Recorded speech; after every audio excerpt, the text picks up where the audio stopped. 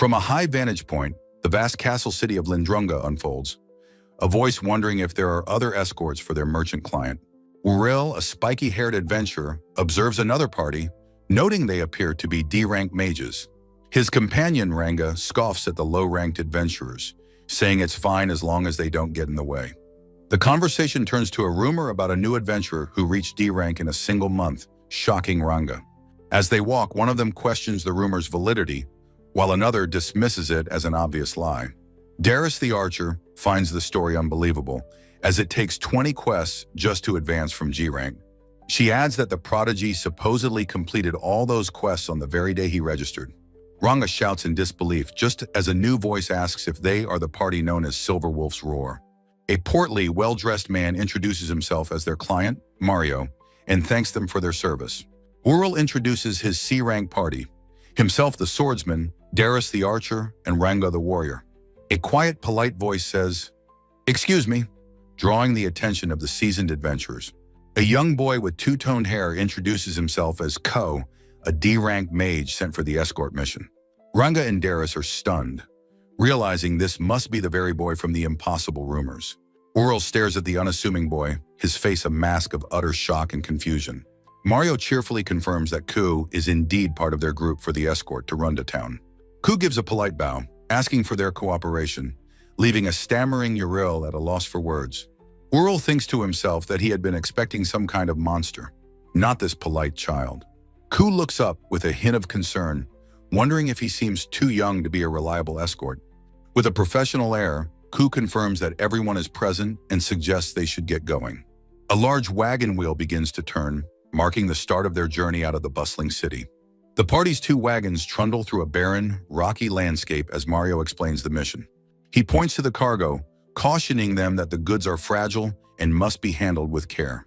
Mario outlines the itinerary: a half-day journey to Runda town, an overnight stay, and a return trip the next morning. He formally requests their protection for himself, his goods, and his bearded associate, Maru. The brawny Ranga questions the need for so many guards, boasting that he alone would be sufficient. Mario's expression turns serious as he explains that normally 2 guards would suffice, but circumstances have changed. Maru elaborates, mentioning troubling rumors of a medium-sized bandit group that has become active in the area. Ranga remains unimpressed by the threat, scoffing at the mere mention of bandits. Ko suddenly gasps, his attention drawn to something unseen. Maru asks the boy what's wrong. With childlike excitement, Ku points to the sky, telling everyone to look at the big bird flying high above. A hungry glint appears in Ku's eyes as he muses aloud that the bird would be delicious if roasted. Ranga scoffs at the energetic but simple-minded kid, while Mario laughs, amused by his comment. After some time, the tiled rooftops of their destination, the neighboring town of Runda, come into view. Upon their arrival, Mario and Maru announce that they are heading off to meet their business partners. Mario turns to speak to Ku, only to find the boy has vanished, shocking the adventurers. Uril looks around in annoyance, wondering where the boy could have gone so quickly. He spots Ko standing completely still, staring intently into the window of a nearby general store. Ranga marches over to him, angrily demanding to know what he thinks he's doing. Ku simply points to the building's sign, remarking that it seems like a nice general store. He then cheerfully asks if they can go inside, leaving a frustrated Ranga utterly speechless. Uril sternly reminds Ku that they are on an escort mission for Mario, not a personal shopping trip. Mario, overhearing the commotion, calmly tells Uril that it's all right and they can proceed. He decides that 2 guards are enough within the town and asks Ranga and Darius to accompany him. He then tasks a stunned Uril and a delighted Cow with finding an inn for the night. Ranga is infuriated that the strange kid is getting his way, while Ku is thrilled with the new arrangement. Mario tells them he will be back in the evening and they can all meet up later. As Mario's group departs, Ranga shouts in protest, feeling completely sidelined and ignored. Uril is left looking thoroughly exhausted and exasperated by the chaotic turn of events. Ku turns to him with a bright, innocent smile, asking if they can finally go inside the store now. Later that evening, a cheerful sound of celebration is heard coming from the inn they found. The entire group is gathered, with Mario happily announcing that his business deal was a massive success.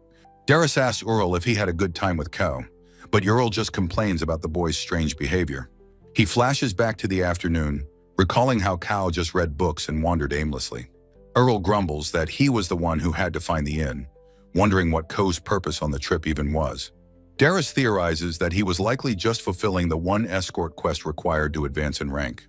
Ural pinches the bridge of his nose, finding the idea of Ko escorting anyone to be completely absurd. At the other table, Mario brings up the rumor of Kao's rapid rank up, while Ko simply continues eating.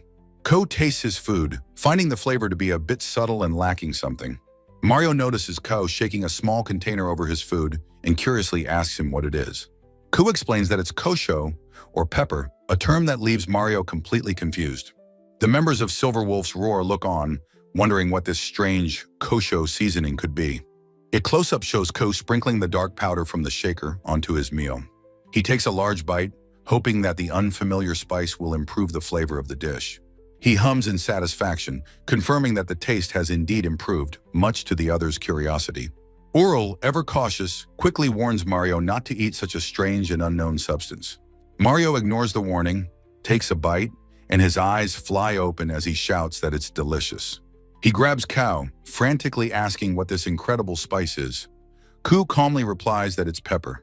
When asked where he got it, Ku explains he found the berries in the forest and dried them himself. Mario's merchant instincts kick in, and he excitedly asks if Ku can gather more for him. He offers to file an official guild request for the spice, and Ku readily agrees to the task. Ranga and Ural watch with suspicion, wondering if something that tastes so good might be poisonous. His curiosity piqued, Ranga asks Ko if they can try some as well, and Ku happily agrees. From a view of the inn's roof, the adventurers' voices are heard exclaiming how delicious the pepper is. Ko says he has plenty, and to everyone's shock, summons a full bottle using storage magic. Maru and Mario stare in awe, realizing the boy can use the incredibly rare and useful storage magic. Ko asks Mario if he can't use it, thinking it's common for merchants, but Mario confirms he cannot. Ku is genuinely surprised, remarking that it seems like such a convenient skill to acquire. Maru gently chides the boy, explaining that storage magic isn't something one can simply learn. He clarifies that it's an innate talent one is born with, which is why most who have it become merchants. Ural snaps at Ku, telling him not to speak so casually about acquiring powerful magic. Ku looks thoughtful for a moment, considering Ural's words before offering a quiet response. He says he believes it can be learned, revealing he only acquired it himself a year or two ago, stunning the others. A frantic Mario begs Ku to teach him the method, promising to pay him handsomely. Ku agrees. The adventurers eagerly ask if they can learn as well, and Ku once again agrees without hesitation. Ural stares intently at the boy, feeling an immense, unsettling pressure emanating from him. Ku breaks the tension, casually asking if anyone wants to try the soy sauce or mayonnaise he also has. The next morning, a wagon wheel turns as Ural reflects on the previous night's chaotic excitement. Darius notes that she and Ranga have completely warmed up to Ku, who sits beside them reading a book. Mario remarks to Ural that it's unheard of for a mage to so freely offer to teach storage magic. Ural remains cautious, warning Mario not to get his hopes up, as there's no guarantee it will work. Mario looks at Ural, sensing his friend's lingering skepticism and concern. Ural wonders to himself what it is about Ko that bothers him so much. He muses that the boy is still young and has a childlike way of speaking and acting. Darius points out that they only met him yesterday, so it's natural they don't understand him yet. Mario states with absolute conviction that he doesn't believe for a second that Ku is a bad person. Ural, surprised by his certainty, asks him what the basis for this unwavering confidence is. Mario simply laughs and chalks it up to a merchant's intuition, a gut feeling he has learned to trust. As they speak, Ku snaps his head up from his book, his senses tingling as if detecting an unseen threat. Ural and Darius immediately notice his sudden change in demeanor and ask him what's wrong. Ku shouts for them to stop, pointing ahead and warning that there are people hiding among the rocks. Ural's face contorts in shock as he cries out, "What?" The bandit leader lets out a sinister laugh, saying it's too late now. He and his gang emerge, scoffing that their target is just a kid. The leader mockingly congratulates them for finally noticing the ambush. Ural stands defiantly before his party, his sword drawn and ready. He grimly identifies the attackers as the rumored local bandit group. Mario and Maru are terrified, realizing the dreadful rumors were true. Ku observes the unfolding scene with a calm, analytical expression. Ural spins around, shouting at Kao to protect the merchants at all costs.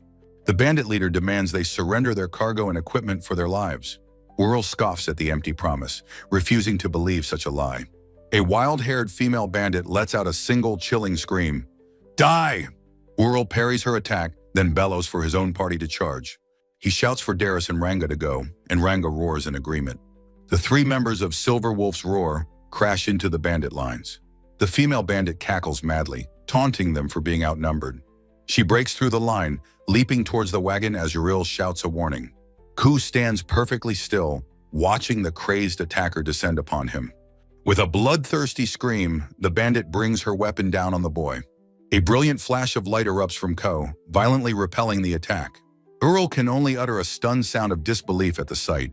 Ranga and Darius are equally shocked, wondering what just happened. The bandit is thrown backward, her sword nearly shattering from the impact.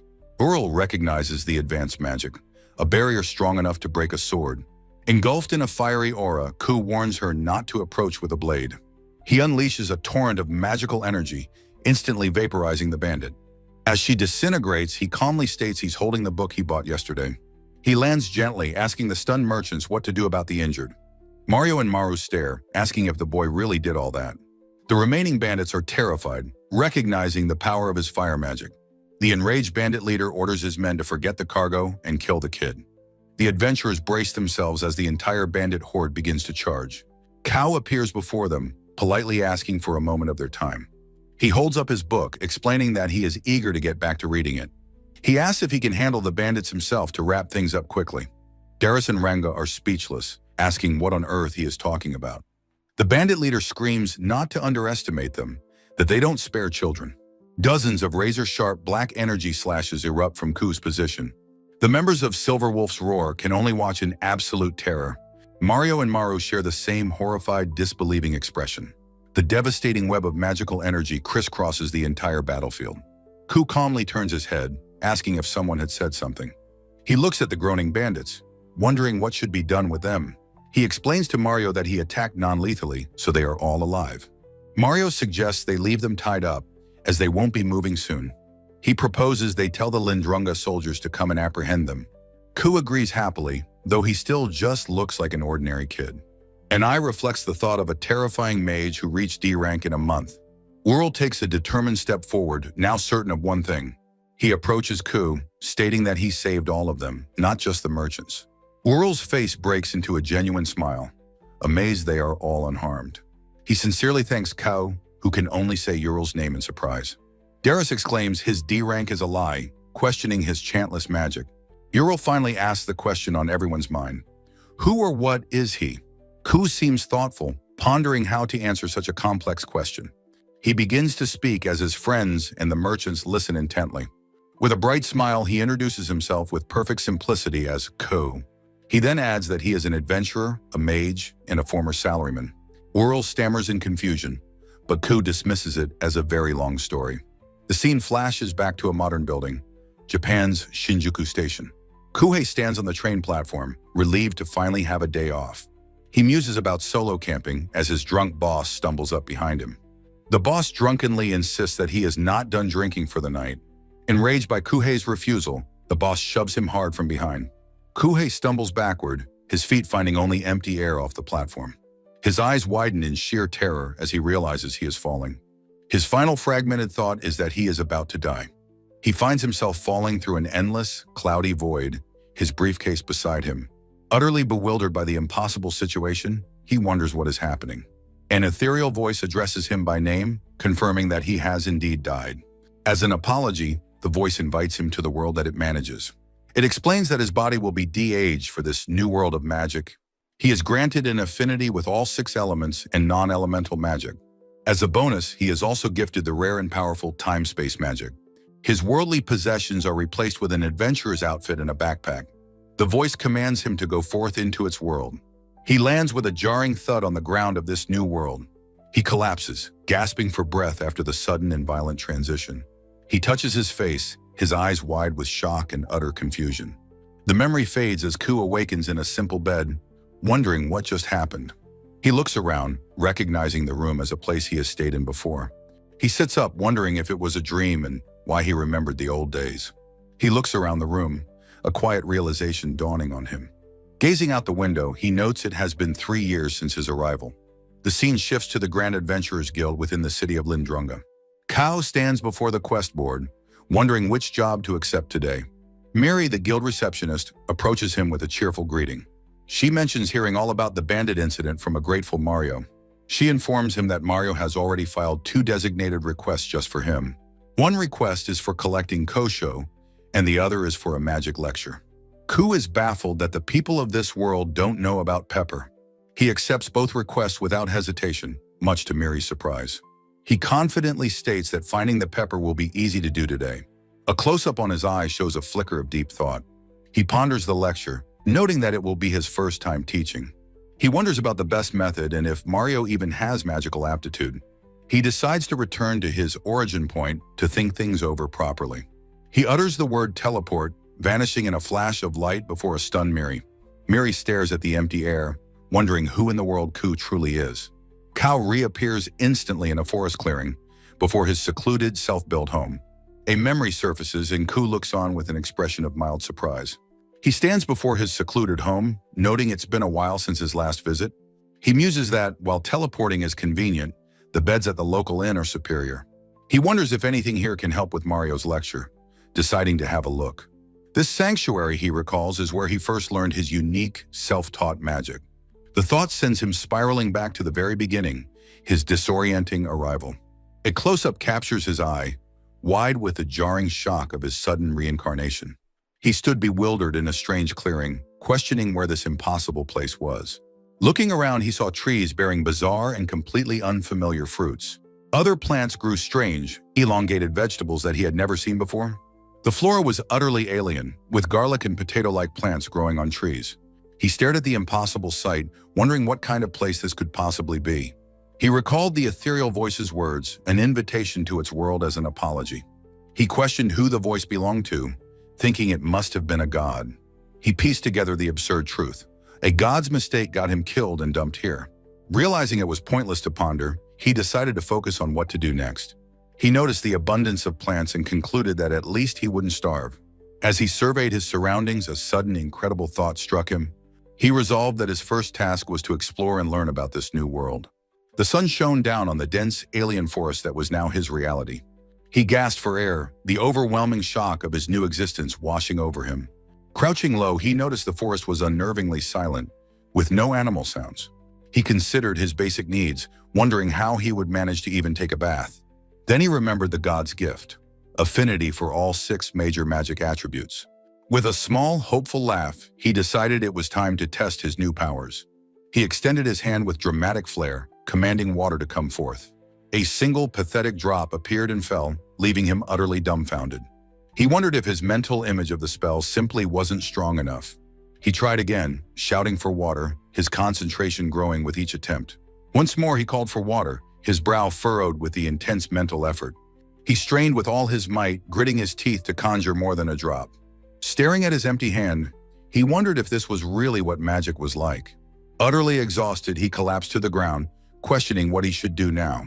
Lying on his back, he stared up at the canopy, lost in quiet contemplation. As he lay there, a new and powerful sense of determination began to form. He decided then and there, his special magic training would begin the next day. On the second day, his practice yielded only a series of small dripping sounds. He trained into the night, his frustrated calls for water echoing under the stars. 3 days later, his persistence paid off as he conjured a stable sphere of water. He stood, water dripping from his hand, a tangible sign of his first real success. He looked at his hand in amazement, shocked by the power he now possessed. He marveled at the 10-centimeter sphere, sure he could make it bigger with practice. He then realized he would also need fire for cooking and light for the dark nights. He recalled all the powers he was granted, the 6 elements, non-elemental, and time. With newfound resolve, he vowed to master every single ability the god gave him. He began his fire training, producing a tiny sputtering flame on his fingertip. He focused his gaze, concentrating on the small flickering spark of magical energy.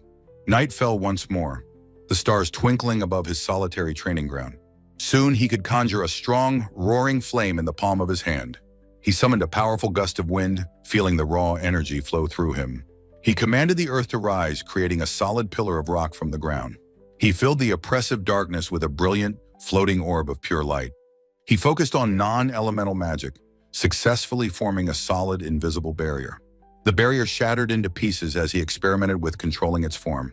He smiled, realizing that with this barrier, a new possibility had opened up. He planned to make a tub with the barrier and fill it with magical hot water. He sighed in pure bliss, enjoying a hot bath in his magically created tub. While walking through the clearing, he noticed something strange at its edge. He approached a shimmering invisible wall, wondering what this membrane could be. He reached out his hand and touched it, feeling a strange humming resistance. His eyes widened in shock as he realized the true nature of his sanctuary. A sudden, terrifying roar from just beyond the wall made him freeze in place. A monstrous, vaguely humanoid figure appeared just on the other side of the wall. He let out a scream of pure, unadulterated terror at the horrifying sight. His panicked cry echoed through the otherwise silent and peaceful clearing. A massive, ferocious bear roared at him from just beyond the invisible barrier. He stared at the shimmering wall, watching the monster rage, unable to reach him.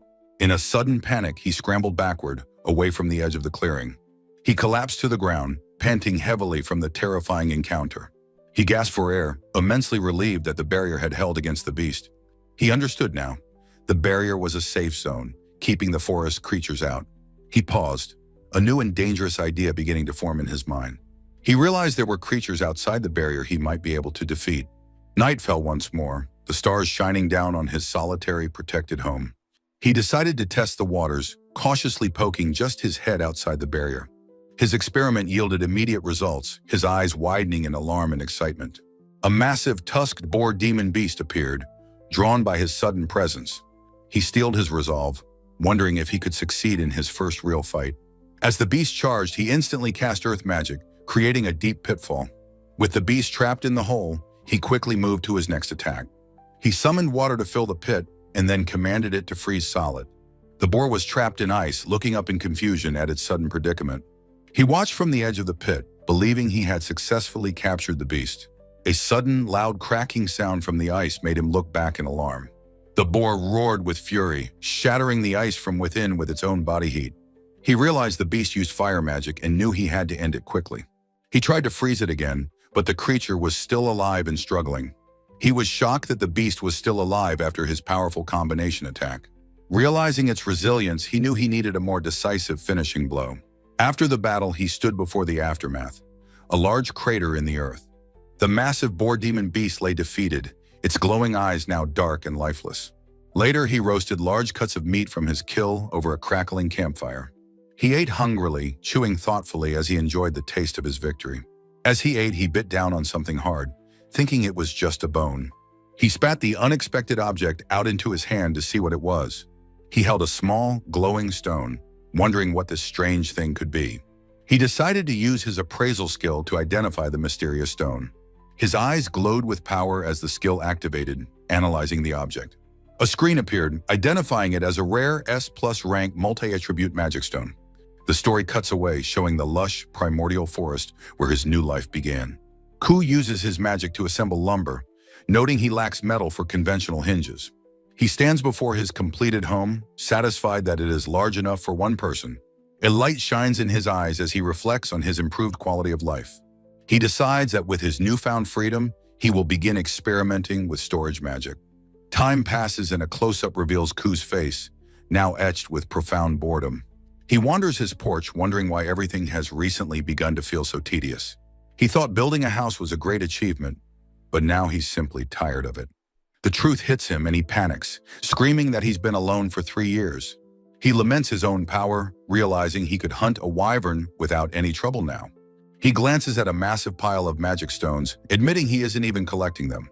Staring at his treasure, he realizes his life has become a monotonous cycle of hunting. He erupts in frustration, desperate to escape this life and finally have an adventure. His outburst fades, leaving him standing in silence, exhausted by his own loneliness. With a heavy sigh, he wonders what to do today as he steps toward the door. He decides to just go outside for now, but freezes in utter shock at the threshold. A magnificent horned griffin stands just outside his home, staring directly at him. Ku's face contorts in pure disbelief as he recognizes the creature of myth. He identifies it as a griffin, his mind struggling to accept what he is seeing. He wonders how it could have possibly entered his supposedly impenetrable safe zone.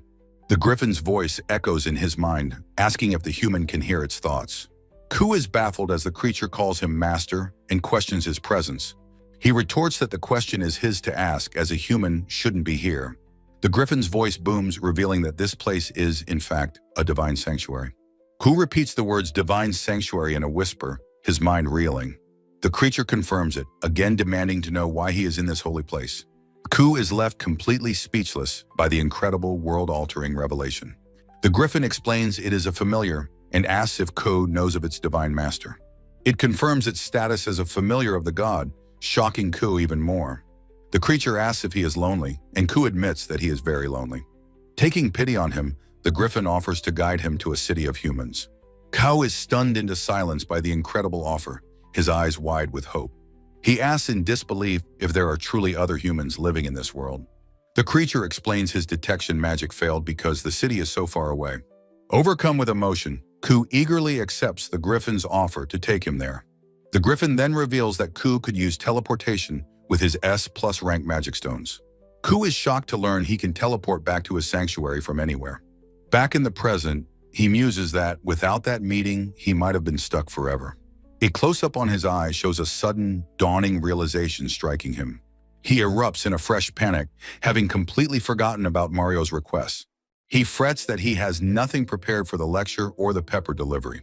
The next day, at a large building, a cheerful voice calls out to him. Mario greets Ku warmly, overjoyed to receive the pouch of promised pepper. Ku is confused by the greeting, pointing out that it hasn't even been a week. The Silver Wolf's roar arrives, with Ranga angrily demanding to know why they were summoned. Whirl gets straight to business, asking if Ku will teach them storage magic as promised. Ku sweats nervously, confirming that he did indeed make that promise to them. He hands out paper and pencils, instructing them to take notes on important parts. Mario is baffled, asking what a pencil is, which shocks Ku into silence. With his students assembled, Ku officially announces the beginning of the lecture. He begins by explaining that storage magic is a specialized form of time-space magic. He then reveals that it is derived from non-elemental magic, which shocks Mario. He theorizes that because it is attributeless, anyone should be able to learn it. Whirl questions this, asking why the potential to learn it would be so high. Ku explains that non-elemental magic has a universal aptitude, unlike the 6 elements. Darius asks for a practical example of a skill derived from this type of magic. Ku cites the detection magic he used during the bandit attack as one such skill. Whirl and Mario list other examples they've heard of, like barriers and body reinforcement. Ranga grumbles that mages are rare, and usually only nobles are taught magic. Ku explains the most basic form is creating fire, but Whirl quickly interrupts him. Whirl asks if the 6 elemental magics don't require an incantation to be activated. Mario and Darius agree, having heard that a spell's power depends on pronunciation. Ranga and Whirl then recall that Ku used powerful magic without chanting a single word. Ku clarifies that while chanting can help with visualization, it is not a requirement. He reveals that non-elemental magic is what gives the raw elements their shape and form. Darius realizes this is why Ku's clothes didn't burn when he used his fire magic. Mario admits that this lecture is very different from what he was expecting. Kamo reassures him, explaining that there is little correct magical knowledge in this area. He announces that they will now begin their practical training in non-elemental magic. He decides that the easiest concept for them to start with is creating a barrier. Ranga and Darius are skeptical, pointing out that they have no idea how to do it. Ku demonstrates creating a shimmering cube by simply visualizing and saying the word. He instructs them to always focus on 3 key variables: size, hardness, and duration. He shows them how the shape can be changed to a sphere based on one's image. He then effortlessly transforms the sphere into a perfect, shimmering triangle. He tells them all to give it a try, though they remain doubtful of their ability. Mario concentrates intently, and a small, shimmering barrier of light appears in his hands. Ranga and Darius shout in amazement, exclaiming that Mario has actually done it. The fragile barrier flickers for a moment before completely vanishing from his grasp. Ku encourages him, saying that producing anything on the first try is an amazing feat. Whirl declares with confidence that it is now their party's turn to attempt the spell. The 3 adventurers shout in unison, and a large, powerful barrier erupts between them. Mario is stunned by how much larger and more impressive their barrier is than his. Darius and Ranga are surprised by the stability and apparent ease of the spell. Mario congratulates them, but Ranga notes that it was actually surprisingly simple to do. Darius looks around, wondering where Whirl is, as he seems to have separated from them. She spots Whirl admiring his own hands, amazed that he was able to create the barrier. Ku observes that they are doing better than he expected, likely due to latent talent. However, a look of concern crosses his face as he watches their growing overconfidence. The group celebrates their quick success, feeling they have easily mastered the skill. Ural stares at the barrier, surprised that it is still holding strong. Ku raises his hand, his expression serious, his fingers poised to snap. Just as their barrier finally dissipates, Ku snaps his fingers with a sharp sound. Ural asks what he's doing, and Ku sternly tells him not to celebrate just yet. He warns them that to learn storage magic, they must master more than just barriers. He points out that their barrier was pathetically weak, barely stopping a forehead flick. He delivers his ultimatum. At their current level, he cannot teach them storage magic. He uses the analogy of a newborn baby, stating that you can't expect it to run. He explains that magic is the same. They must master the fundamentals first. Ranga and Darius ask what properly creating a barrier even means. Kao raises his hand, preparing to demonstrate the vast gulf between their skills. Ku demonstrates his far superior barrier, leaving his 4 students completely stunned. Ural tests the barrier with a flick, amazed that it remains perfectly solid. Ku announces their first goal. They must learn to create a barrier like his. The 4 students erupt in a collective shout of horrified disbelief at the challenge. Ural grumbles about Ku's unexpectedly strict standards, while Mario despairs at the task. Darius hopefully asks for a shortcut, but Ku bluntly says he knows none. Ural realizes that if they can create a barrier, then relentless practice is the answer. Fired with new resolve, Ural rallies the group to begin their intense training. Ku watches them, a faint, satisfied smile gracing his lips. Now that his students are motivated, Ku finds himself with nothing to do. A month of grueling training passes under the shadow of the mountains. Ural stands confidently, ready to demonstrate the fruits of their labor. Mario, though weary, shows a new and determined resolve. Darius smiles, proudly presenting the stable barrier she can now create. Ranga looks on, his expression conveying his newfound power and confidence. Ranga proudly reports their success, declaring they have met Ku's difficult challenge. Ku, looking genuinely impressed, congratulates them all on their remarkable achievement. Mario humbly expresses his own surprise at mastering the skill so quickly. Ural notes that he can now feel magic flowing through his body. Ku smiles, revealing this was the true goal, and announces the next lesson. Ranga is confused, but Ku insists this technique is different from normal training. He explains that their newfound awareness of magic is the key to the next step. He introduces the next technique, learning to freely circulate magic within themselves. Ural repeats the unfamiliar term, magic circulation, his expression questioning. Ku tells them to watch closely as he demonstrates with a simple jump. He explodes into the sky like a rocket, leaving a crater behind. Ural stares, his face a mask of utter shock and disbelief. The rest of his students are equally dumbfounded by the incredible display. He then descends, landing as softly and silently as a feather. He casually turns to them and asks if they understood the demonstration. His students, now wildly enthusiastic, roar their readiness to begin the next lesson. Another month passes, and their progress is described as nothing short of amazing. Their barriers become larger and more powerful, a testament to their training. They master magic circulation, their bodies now brimming with controlled power. Crying with joy, Mario finally succeeds, using storage magic for the first time. And so, after 2 months, the intensive magic lectures finally came to an end. The grateful students gathered to thank their teacher for the incredible lessons. Their success has made them eager to learn even more types of magic. The 3 adventurers and Mario now turn their expectant gazes upon Ku. They slowly close in on their teacher, who seems startled by their unified stare. Mario explains that a proper magic lecture would normally cost an astronomical fee. Ural adds that while it's a huge favor, exceptions can be made for friends. Ku, sweating nervously, asks why they are all suddenly acting so strange. Darius points out that Mario was the one who originally requested the lessons. Ranga agrees, saying their newfound power has only made them want to learn more. Darius officially nominates a shocked Mario to make the request on their behalf. The adventurers playfully argue, with Ural noting merchants are skilled negotiators. They finally ask Ku if he would continue teaching them for a similar fee. Darius insists on the same price, earning a sharp rebuke from Ural. Ku agrees instantly and casually, leaving his friends utterly speechless once again. Ranga grumbles that Ural will be getting a stern lecture from him later. Ku interrupts, changing the subject to show them something he has made. He presents a strange metallic object, a portable single-burner stove. He calls it a magic-conducting conro, an invention from his spare time. He found this world's stoves inconvenient, so he simply built a better one. It's modeled after a device from his old world, he explains to Mario. He demonstrates its simple operation. One knob for ignition, another for control. The ability to easily adjust the flame is its most convenient feature. Mario stares, his mind reeling from the implications of this simple device. He explodes with excitement, shouting that the tiny adjustable stove is a revolution. A curious Mario asks about the heat source, and Ku reveals a small drawer. Inside, a slime stone rests on a complex magic circle. The device is hard. He explains it's currently powered by a horn rabbit stone, lasting 80 hours. They are shocked, asking why it isn't powered by a fire attribute stone. Ko calmly clarifies that it runs on a non-elemental magic stone instead. Mario's merchant instincts take over as he asks about selling the device. He declares with absolute certainty that the invention will sell like crazy. Ko, surprised by the reaction, questions if he should really mass-produce it.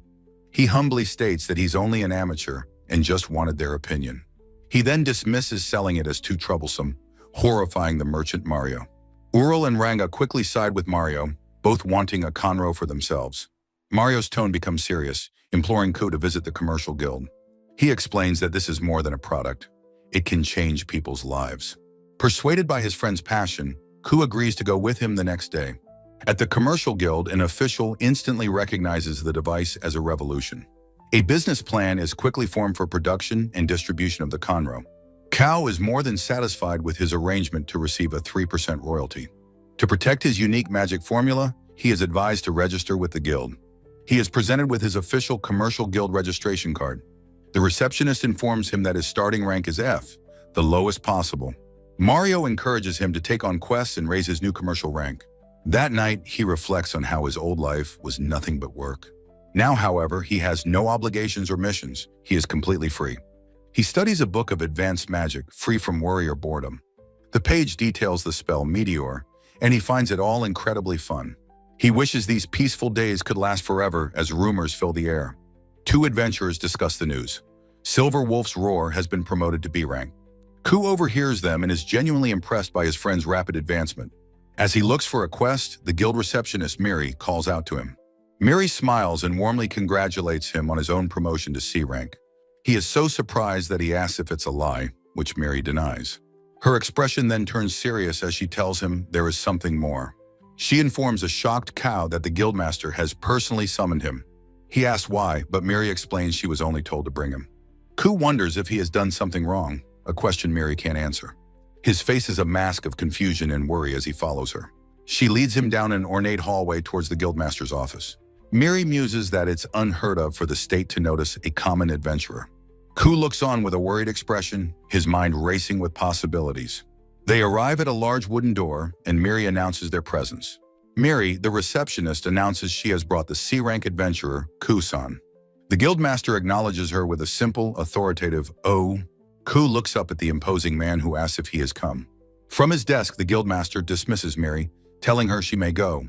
The door closes with a thud, leaving Ku alone with the guildmaster. The man confirms Ku's age, stating he believes he is 15. His expression is serious as he states the reason for the summons. He wants Ku to enroll in the royal capital's Knight and Mage Academy. Ku is stunned, questioning if he heard correctly about an academy. The guildmaster explains they send promising young adventurers there every year. He asks what Kao thinks, but the boy is too shocked to respond. Kao internally muses that at least his self-taught magic wasn't wrong. The guildmaster explains it is a place to learn magic and etiquette. But the true goal, he clarifies, is for them to build connections. He reveals Ko was chosen for being the fastest to reach C rank. Ku is unimpressed, admitting he doesn't feel particularly happy about it. He internally laments having to attend school again after his previous life. He is told he must take an exam in the capital next month. Ku is confused, asking what he means since he was already chosen. The guildmaster clarifies that his admission is already guaranteed. The realization dawns on Kao that his enrollment is a certainty. He understands this is an offer he is not allowed to refuse. He will also be living in a dormitory, a fact he finds horrifying. The guildmaster laughs while Ku notes his surprisingly casual demeanor. Ko looks on, realizing a new complicated chapter of his life is beginning. Elsewhere, outside a training facility, someone grumbles about that Kao fellow. Uriel, Ranga, Darius, and Mario wait impatiently, wondering when Ku will arrive. Darius complains that their B-rank promotion feels hollow because of Ku's deeds. Uriel tells Mario that Ku taught them magic for an absurdly low price. Mario agrees, noting that this is part of what makes Ko so strange. Mario sighs, saying he should have negotiated a lower limit from the start. Ural asks Mario to also keep an eye on Ku for them. Ural admits he worries as leaving Ku alone feels rather dangerous. Mario recalls flashes of Ku's overwhelming power and unpredictable actions. Ural smiles warmly, promising that of course he will watch over him. Kao suddenly materializes behind them, startling Ural and Mario. He apologizes for surprising them, explaining he had been outside. Darius quickly approaches him, saying she has something to ask. She proudly announces that her party, Silverwolf's Roar, is now B rank. Boasting about the new gap, she is cut off by Ku's own news. Ural and Manga realize it's only a matter of time before he surpasses them. Darius is shocked as Ku reached C rank in only half a year. Kao explains their magic lectures for the month will have to be cancelled. Ranga asks if there's a problem, immediately suspecting it's about money. Ko's expression turns serious as he begins to explain the real reason. He reveals his mandatory enrollment in the Royal Capital's Knight and Mage Academy. The group is impressed, with Ranga noting it's an elite school. Mario encourages him, telling Ku not to worry about them. Darius questions why he even needs to attend an academy at all.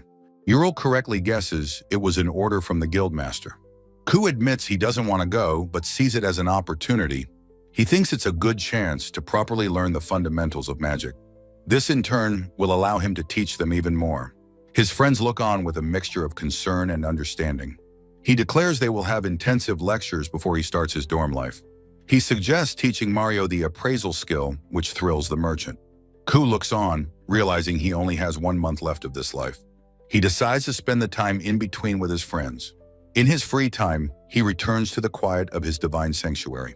Using his Conro knowledge, he decides to experiment with new creations. He stands before a massive engine, marveling that such things can be made. He wants to create devices that can be used without constant magic. With that in mind, he decides to try and build a magic conducting engine. If he succeeds, he reasons he can build a real vehicle. A close-up shows the intricate, glowing inner workings of the engine. He sighs, realizing such large projects will be impossible in a dorm. The month passes in the blink of an eye, and his departure arrives. At the guild, Miri stands beside the guildmaster. She timidly asks the guildmaster a question. She wonders why he looks so unhappy about the situation. He looks out the window, denying that anything is wrong. He maintains his nonchalant facade, though his displeasure is clear. He grumbles about providing a carriage, complaining that young people are coddled. Miri looks out the window, a thoughtful expression on her face. As a carriage wheel rumbles, she thinks having friends is a good thing. In the carriage, Ku asks why his friends bothered to come along. Maru chuckles, observing that Kao is as cool and composed as ever. Mario explains it was no trouble, since they have their own carriage. The two carriages travel side by side, his friends insisting on seeing him off. A large bird soars high in the sky, catching Ku's attention. He wonders aloud if it would be delicious if he hunted and roasted it. Mario and Ural share a smile, recalling the first day they met him. Mario spots their destination ahead and calls out to Ku. The two carriages approach the massive outer walls of the royal capital. Mario and Ural look ahead towards the sprawling city. The grand architecture of the capital rises high above the walls. Ko, Ural, and Darius look on, their time together drawing to a close. The Royal Academy's clock tower looms, signaling Ku's new force chapter. An instructor explains the practical exam. Hit the targets with maximum power. Two students chant intensely, gathering magical energy for their spells. The instructor impatiently tells a nervous student to hurry up and cast. He scoffs, utterly convinced a student's magic couldn't possibly cause any damage. A student steps forward, preparing to unleash his spell. A powerful blast of energy erupts from the student's hands. Ku stands with his hands raised, facing three angry and confused students. He thinks the situation is strange. He was told nothing would break. An academy official wonders about the results of the recent exam. He sweats nervously, reviewing Ku's perfect score on the written test. He demands to know why the physical tests were deemed immeasurable. He recalls how Ku finished the 50-meter dash in a literal instant. The proctor recalled the vertical jump, a staggering leap of over 4 meters. The official raged, recalling how a single spell destroyed the exam hall. His colleague reminded him that many had witnessed Ku's true, unbelievable power. He conceded that Kao was the greatest talent since the academy's founding. Without a doubt, the official knew Ku deserved the top student position. But she overruled him, making Ku's records unofficial for political reasons. The man questioned her decision, but she simply scoffed with disdain. She explained the academy's reliance on donations from its many noble families. She reminded him that he was well aware of these other considerations. Placing a commoner above the nobles would be an unacceptable embarrassment. On the day of the entrance ceremony, students eagerly checked their placements. Ko was confused, believing class assignments were based on exam performance. He found himself in D class, wondering what his parents might think. He mused that perhaps someone had actually scored higher than he did. Yet he recalled seeing only pathetic magic users during the test. A haughty noble and his followers confronted him, demanding his attention. The noble told him to move aside, but Ku was utterly confused. He realized the crowd had mysteriously parted, leaving him standing alone. Onlookers recognized the noble as the Marquis's son, the top student. Ku wondered what was happening as the noble impatiently told him to move. Ku calmly suggested the noble could simply walk around him. His followers were aghast at Ku's incredible display of disrespect. Other students whispered in shock at his insolence toward a noble. Asfer sneered, accusing Ku of deliberately standing in his way. A follower demanded an apology, but Ku simply said he didn't know him. He was introduced as Lord Asfer, a name that meant nothing to Ku. Enraged, Asfer raised his fist and told him to move. His punch was stopped cold by an invisible barrier protecting Ku. The shimmering barrier dissipated, leaving Asfer stunned and confused. A jolt of intense pain shot through the young noble's hand. He howled in pain, much to Ku's quiet surprise. Crying that his bones were broken, his followers rushed to his side. Asked what he did, Ku explained it was a simple defensive barrier. Onlookers began to mock the noble, pointing out that he was crying. Humiliated, Asfer shot a venomous glare back as he retreated. Kao remained completely bewildered by the chaotic turn of events. A teacher arrived, breaking up the crowd and ordering everyone to class. Asfer paused to warn Ku that he would remember his face. He swore that Ku would be made to pay for this public slight. Ku was left completely baffled, wondering what had just happened. He worried his academy life had already become a troublesome mess. That night, his friends gathered, questioning his placement in D class. They all agreed that his assignment to the lowest class made no sense. Maru revealed that class placement was based on lineage, not merit. Ural lamented the academy's corruption and asked if Ku was all right. Ku nonchalantly reassured his concerned friend that he would be fine. He revealed his plan to use a golem copy as a decoy. He then asked his friends how long they planned to stay. They had only planned to see him off, but now felt uncertain. Nearby, a merchant's ears twitched at the mention of the Conro. Maru and the merchant exchanged a look of mutual intense interest. The two men stood up suddenly, startling Ku and his companions. Darius had just been explaining the Conro's amazing convenience. The merchant approached their table, confirming what he had just overheard. Identifying themselves as merchants, they asked for more product details. Darius recognized them not as locals, but as merchants from the capital. Ural explained they'd been trying to acquire the Conro without success. Ranga mused that they should take advantage of being in the capital. Ural and Darius quickly agreed with his sentiment. Darius hatched a mischievous plan to expose the academy's corruption. Ku was taken aback by her sudden, devious suggestion. Ranga voiced his enthusiastic support, much to Ko's dismay. Ural also joined in, leaving Ku feeling utterly outnumbered. His friends cheered, ready to cause trouble for the arrogant academy. Ko fretted that things were becoming complicated, hoping for the best. The next day, the instructor formally began the first lesson. He announced the day's topic, the fundamentals of magic. Ko, putting yesterday's chaos aside, was eager to finally learn. The instructor began his lecture on the proper use of magic. He declared that incantations were essential, shocking Ku to his core. Kao knew this was false, as he had never needed a single chant. He then spoke of offering power to spirits, another concept alien to Kao. Walking down the hall later, he sighed, dismissing the lesson as lies. He lamented the incredibly low level of the academy's instruction. The thought of enduring 3 more years of this was deeply disappointing. From the shadows, a figure inquired about the person in question. Asfer was speaking to a hooded assassin, confirming their target. He seethed with rage, vowing to never forgive the D-class trash. He turned to the assassin, suggesting they simply have Kao killed. The assassin drew a blade, confirming the task would be simple. Asfer laughed, pleased with the reliability of his family's assassin. He gave the final order, the deed was to be done tonight. With a look of pure malice, he gave the final command, kill him. The assassin's eyes glinted, acknowledging the order to kill. In a town square, Mario and Maru presented the amazing Conro. They declared the magic-conducting Conro to be an incredible invention. In a grand plaza, they invited the curious crowd to see. His friends watched, wondering if this was an easy way to earn money. Ranga noted they were there as guards, though it seemed a simple task. A strange young man asked Mario if he had invented the device. Mario explained it was made in his workshop, but not by him. He clarified that the true developer was, in fact, someone else. Ranga and Darius sensed this mysterious man was not an ordinary person. The man politely but firmly requested more information about the product. That night, Ku returned to his dorm room at the academy. He lay on the floor, utterly disappointed by the academy's library. The texts were vague, lacking any of the detail he craved. He had expected more from an elite school, but was let down. He supposed the only positive was having a room to himself. Suddenly, he heard the distinct sound of his door creaking open. Ku senses his door opening on its own, wondering if it's some kind of prank. He quietly steps from his bed, his bare foot pressing against the wooden floorboards. Peeking around the corner, he cautiously wonders who could possibly be there at this hour. A dark, cloaked figure with menacing eyes suddenly appears right behind him with hostile intent. The assassin lunges forward in a blur of motion, a blade aimed directly at Ku's back. The attacker's eyes widen in utter shock as their attack is mysteriously stopped cold. Ku stands calmly as an invisible barrier repels the blade, shattering the air around him. His expression sharpens as he turns to face the stunned intruder, demanding to know who they are. The assassin is thrown backward by the sheer force of the barrier, landing hard on the floor. Ku notes that he has been followed all day and asks what his stalker could possibly want. The assassin is stunned into silence, beads of sweat forming on their brow in disbelief. Deciding it's fine, Ku reaches out, his hand open toward the terrified assassin. The assassin recoils in shock as Kawa's hand moves towards them with incredible speed.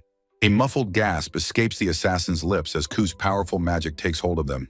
Ku states that if the assassin refuses to talk, he will simply have to try another way.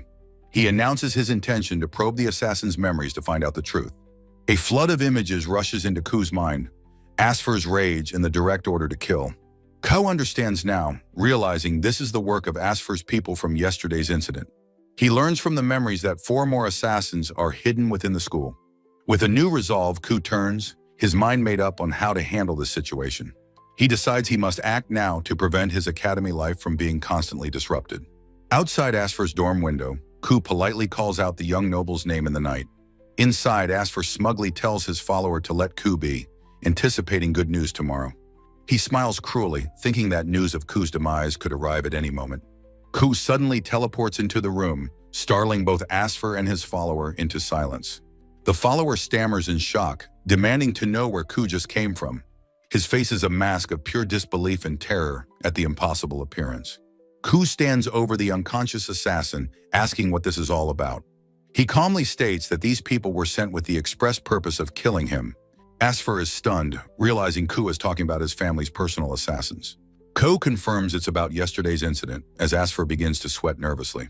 He explains he wasn't bothered, but didn't realize Asfer took it so personally. Asfer, trembling with fear, admits that he was in the wrong and begins to apologize.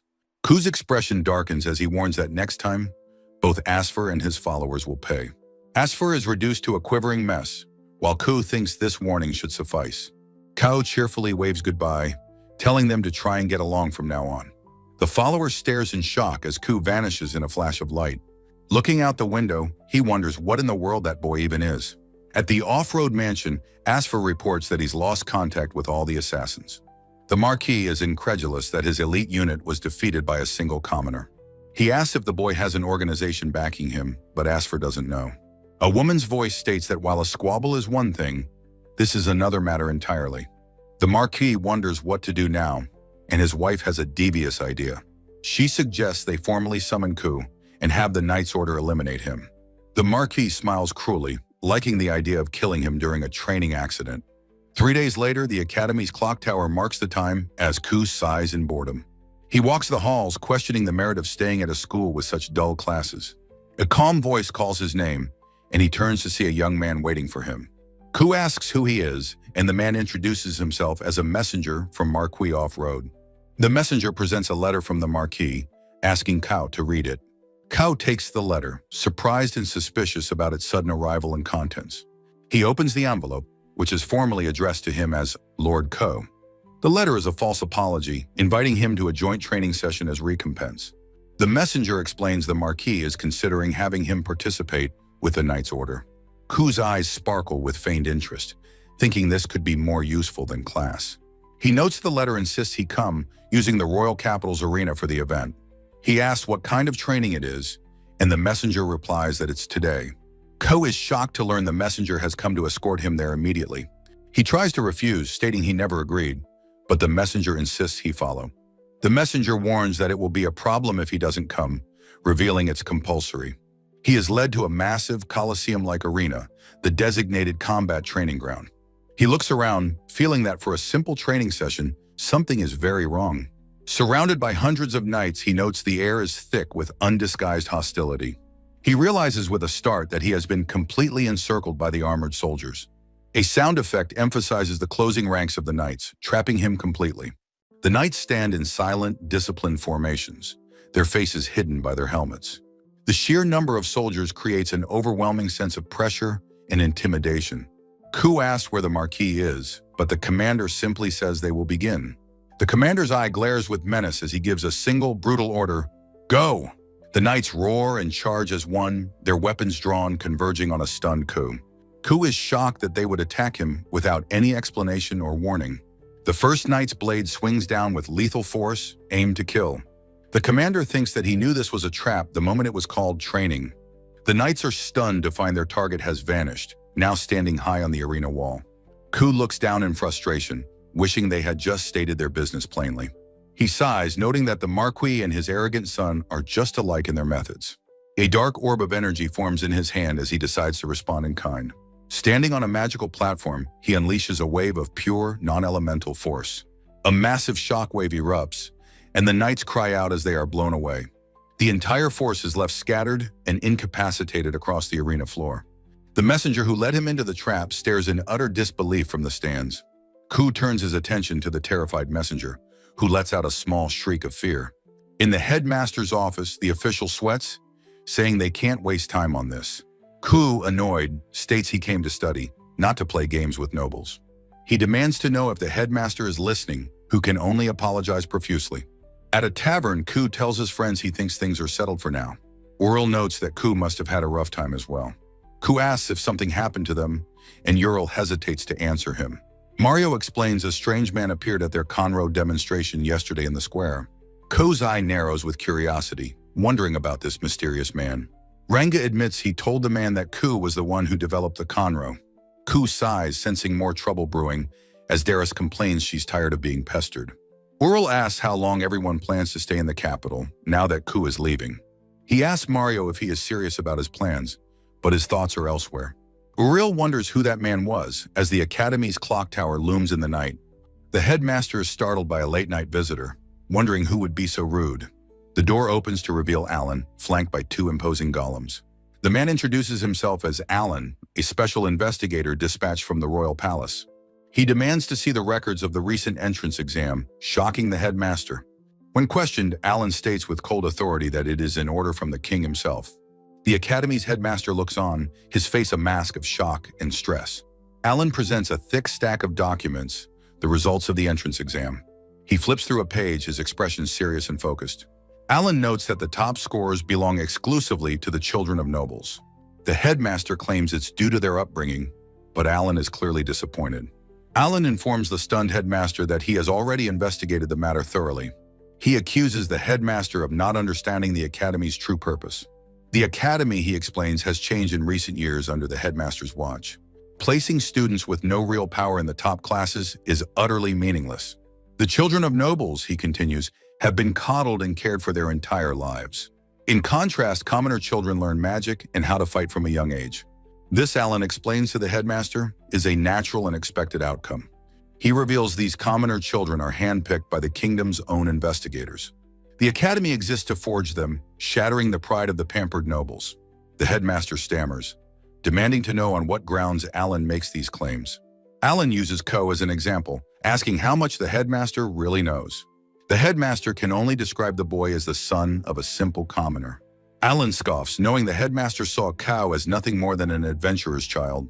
He reveals both the adventurers and commercial guilds are protesting to the royal palace. He details Ku's incredible feat, reaching C rank in less than a year. The headmaster understands the Adventurers Guild would protest for such a talent. He is shocked, however, wondering why the Commercial Guild would also be involved. Alan's eyes narrow as he asks if the headmaster knows of the magic conducting Conroe. The headmaster confirms he knows the revolutionary new device that allows for fire control. Alan then asks him if he happens to know who developed it. The headmaster's face pales as the horrifying truth begins to dawn on him. He cries out, realizing he placed the world-changing inventor in D class. Alan adds that because of him, the off-road marquisate also suffered greatly. He states that if the headmaster had known Cao's true power, this never would have happened. "Do you understand now?" Alan demands, pressing him to see the gravity of his mistake. The headmaster slumps in his chair, defeated as Alan prepares his final judgment. Alan declares that the headmaster must resign from the academy immediately. The headmaster protests in disbelief, but Alan states the decision is final. All like-minded instructors will also resign as the headmaster lets out a wail of despair. That night, Ku's golem stands silently in his academy dorm room. He thinks to himself that tomorrow will be an early day, so he should sleep. A sudden knock at the door startles him, and he worries he's been caught. He opens the door to find Alan, who politely asks to be excused. Alan apologizes for the late hour and asks if they can speak for a moment. Ku is surprised, wondering what the investigator could possibly want to talk about. Alan reveals that he knows Ku was actually the top scorer on the exam. Ku asks what will happen to the school now that so many teachers are gone. He hopes that with new instructors, the classes might finally be a bit better. Alan brings up the incident at the training grounds, making Ku nervous. He reassures Cao that his actions were ruled as legitimate self-defense. Alan then presents Ku with a rolled-up scroll, telling him to take it. Ku accepts it, warily wondering if it's another strange apology letter. Alan simply instructs him to open it and see for himself. Cao begins to read the document, which states the classes will be reorganized. It continues, declaring that the academy has nothing left to teach him. The document officially announces that he is to graduate from the academy today. "Graduate?" Ku asks, completely bewildered by the sudden turn of events. He protests that it hasn't even been a week, but Alan says it's a waste of time. Alan then offers a small bag, calling it a consolation payment for all his troubles. Ku is floored to learn the bag contains an incredible 300 million ril. He asks if this is a huge sum of money, and Alan confirms it is. Ku realizes this is more than enough to buy a building from the Marquise. He gratefully accepts the payment as Alan tells him to do with it as he pleases. And so Ku's chaotic and exciting academy life ended before it ever truly began.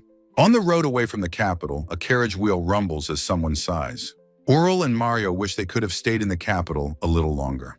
Mario turns to Ural, asking what Ku plans to do now that he's graduated. Ku, riding along with them, can only offer a non-committal, thoughtful response. He looks out at the passing landscape, wondering what he truly wants to do with his life. He feels that leaving his sanctuary was meaningless if he has no new purpose. Deciding to rest for now, he turns to his friends with a sudden question. In his sanctuary, Ku celebrates his latest creation with a triumphant shout of success. He marvels at his new magic-conducting engine, which turned out better than he expected. He observes, however, that even this divine sanctuary is showing signs of decay. The fruit trees in the water are no longer as vibrant as they once were. He reflects that this world is strange, but he was still able to build an engine. He knows he must decide what to do next, as Miri has called him back to the guild. He wonders what new creation he can make with his powerful engine. He decides to seek inspiration from one of the ancient books he found. Sitting down, he flips through the pages, hoping to find something fantastical. A particular diagram catches his eye, causing him to pause and look closer. He is amazed to find a simple, straightforward guide on how to build a golem. He reads that the core of the golem requires an earth attribute magic stone. He recalls the Madbor's stone and his vast supply of other magic stones. He decides it's a simple project, a fun experiment to pass the time. He places a small carved stone in the center of a large magic circle. Standing before the massive, glowing formation, he prepares himself for the incantation. With a gleeful shout, he finally gets to say the words he's always wanted to. "Come forth, golem!" The earth erupts as a massive, hulking stone figure forms before him. Cao is stunned into silence by the sheer size of his new creation. The golem stands motionless and silent, awaiting its first command. Cao realizes that he probably needs to issue an order to make it move. He gives a simple command to walk, and the golem lurches forward. Encouraged by its obedience, he decides to test its other functions. He orders it to run, but it continues to walk at the same plodding pace. He realizes with a bit of disappointment that it cannot run at all. He then orders it to jump, and it leaps powerfully into the air. Impressed by the jump, he decides to push its limits even further. He orders it to jump higher, but it seems to have reached its maximum height. He decides he'll need to conduct more experiments to understand its abilities. With his initial test complete, he resolves to head to the Adventurers Guild. He commands the golem to approach so he can place it safely in storage. He arrives in the vast, sprawling metropolis of Lindrunga. Walking down a cobblestone street, he feels a presence nearby. He looks up, his eyes widening in surprise at who is approaching him. Ku stands within a large crowd, observing a solemn procession marching through the city square. A man in the crowd identifies the procession as the Knights Order and Mage Division. Another onlooker points out the woman at the front, recognizing her as a court mage. Ku senses trouble, wondering why such an important delegation has come to Lindrunga. He gets a bad feeling, overhearing people discussing strange rumors about the royal capital. A man excitedly mentions a story about a student who graduated the academy in just a week. Realizing they are talking about him, Ku decides to hurry to the Adventurers Guild. The grand ornate facade of the Adventurers Guild building stands against the sky.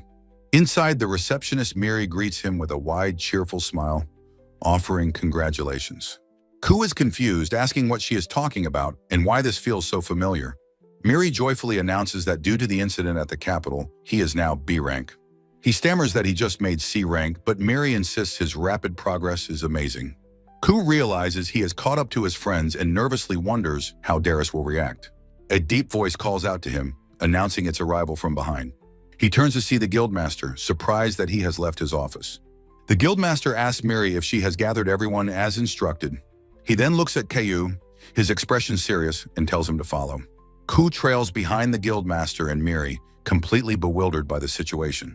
They enter a massive hall, which is packed wall to wall with hundreds of adventurers.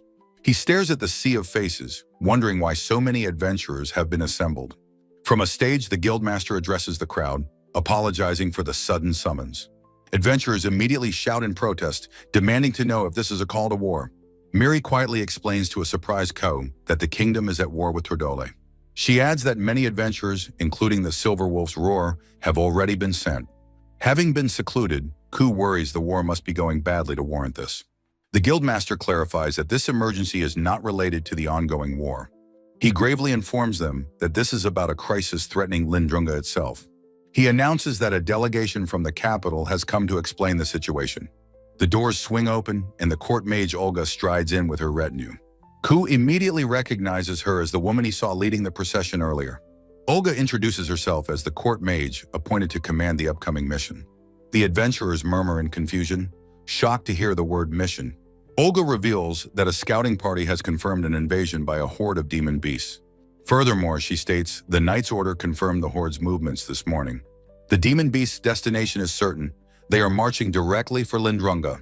The crowd erupts in disbelief, shouting that monsters don't normally form hordes. Some adventurers remain overconfident, thinking their numbers will ensure an easy victory. A man asks how many there are, boasting that a B ranker could handle 20. Olga prepares to list the confirmed threats, the guild master looking on grimly. The first enemy is revealed, approximately 100 trolls with SS Plus rank Earth magic. Next are about 150 high orcs, each possessing S rank Earth magic. A similar number of S rank mad boars are also part of the ground forces. The list continues, adding approximately 80 wyverns to the terrifying count. The main body of the horde consists of around 300 greenwood wolves with S rank magic. Flying high above are an additional 40 wyverns of the incredibly powerful SS rank. The adventurers are horrified, realizing every single monster is S rank or higher. Panic spreads as they shout that if a horde of that size attacks, the city is doomed. Olga tries to reassure them, stating that her forces have come for this very reason. She dismisses the local adventurers, saying their strength is negligible in this fight. An adventurer with a mohawk angrily tells her to stop her condescending attitude. Kao realizes she is right. Challenging such a force head-on would be suicide. A sudden, brilliant idea strikes him as he stares into the distance. He remembers reading about a powerful, multi-layered magic formation called Meteor. He thinks this is the perfect opportunity to finally use the devastating spell. He raises his hand high, volunteering to go on the subjugation mission himself. The other adventurers are stunned by his offer, calling him a fool for his recklessness. The guildmaster and Olga look on, surprised by the boy's sudden interjection.